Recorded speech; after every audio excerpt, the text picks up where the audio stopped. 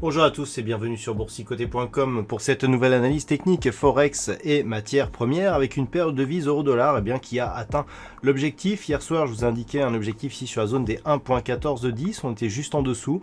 On est venu tester donc ce niveau sur le discours de Jérôme Powell et puis on est revenu ici sur la moyenne mobile 20 exponentielle. Donc nous sommes toujours ici dans une dynamique haussière. On plafonne ici sous cette zone des 1.1410. Attention toutefois, il semblerait qu'on soit encore en train d'attaquer cette moyenne mobile.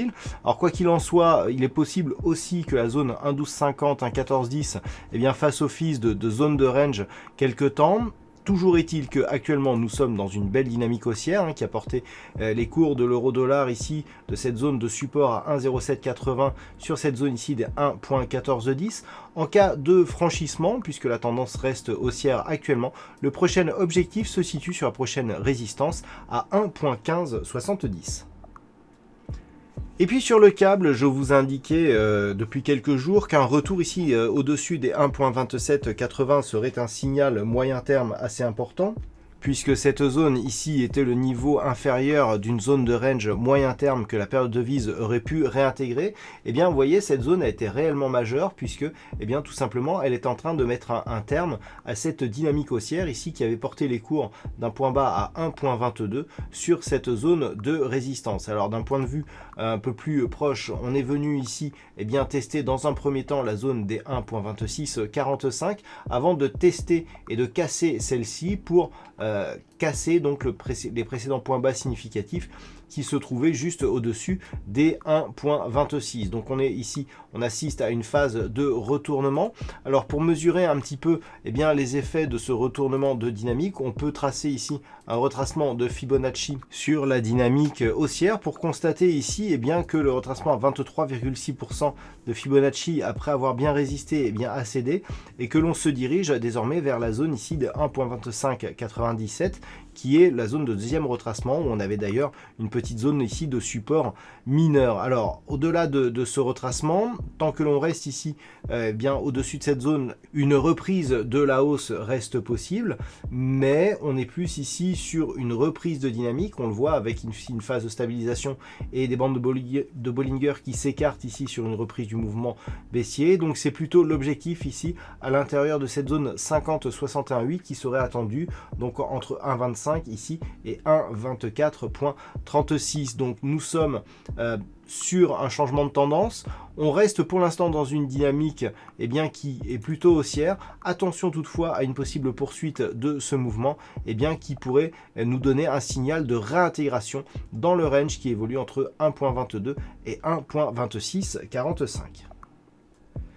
Et puis sur l'or, on continue ici à évoluer dans cette zone de range moyen terme avec toutefois une hausse de la volatilité. On avait beaucoup moins de volatilité sur cette phase que ce que nous avons dans cette zone ici. Donc une sortie serait assez probable. Alors lorsque l'on se rapproche ici sur la phase actuelle, j'avais attiré votre attention ici sur un possible rebond sur la zone des 1671 $ l'once. C'est exactement ce que l'on a eu avec cette forte bougie ici. Regardez, on vient juste tester ici la zone des 1745. Pour l'instant, il y a beaucoup d'hésitation. On a des bougies qui deviennent très volatiles ici au contact de cette zone de résistance. Donc, soit on casse ici à la hausse et dans ce cas-là, on reprend une dynamique haussière. Donc, je rappelle que on avait déjà eu ici une tentative et qu'en cas de réussite cette fois-ci de cette cassure, nous avons un objectif à 1790 $ l'once. Soit on rebondit ici et on reste sous cette zone et donc on est toujours confiné ici à l'intérieur de cette zone de range entre 1671 et 1745 $ l'once. Et puis on termine enfin avec le WTI qui nous envoie un très fort signal de cassure de dynamique. Alors nous étions ici sur cette tendance qui a été partie ici de la fin du mois d'avril pour venir marquer ici une phase de hausse relativement forte. On évoluait ici au-dessus de ce support que j'avais récemment repositionné, et là on a un signal de cassure. Donc ce signal de cassure, il est très intéressant. D'une part car on voit bien ici les tests de cette zone de support et l'accélération qui revient jusqu'à cette zone majeure ici de 35,50 $ le baril, zone qui était précédemment résistance ici sur cette phase et qui est identifiée depuis quelques semaines donc comme étant une zone horizontale majeure, et donc pour l'instant on se stabilise. Malgré tout, nous avons une rupture de la dynamique puisque le support est bel et bien cassé. Donc pour mesurer un petit peu l'impact de cette dynamique, on peut tracer ici le retracement de Fibonacci sur l'intégralité de la dynamique, ce qui nous donne donc en cas de rupture ici du retracement à 23,6%, un objectif ici sur la zone des 28 $ le baril. Alors ce range, il est assez récent, on a évolué à l'intérieur de celui-ci il y a peu, et donc la zone de 28 $ le baril reste aussi une zone majeure.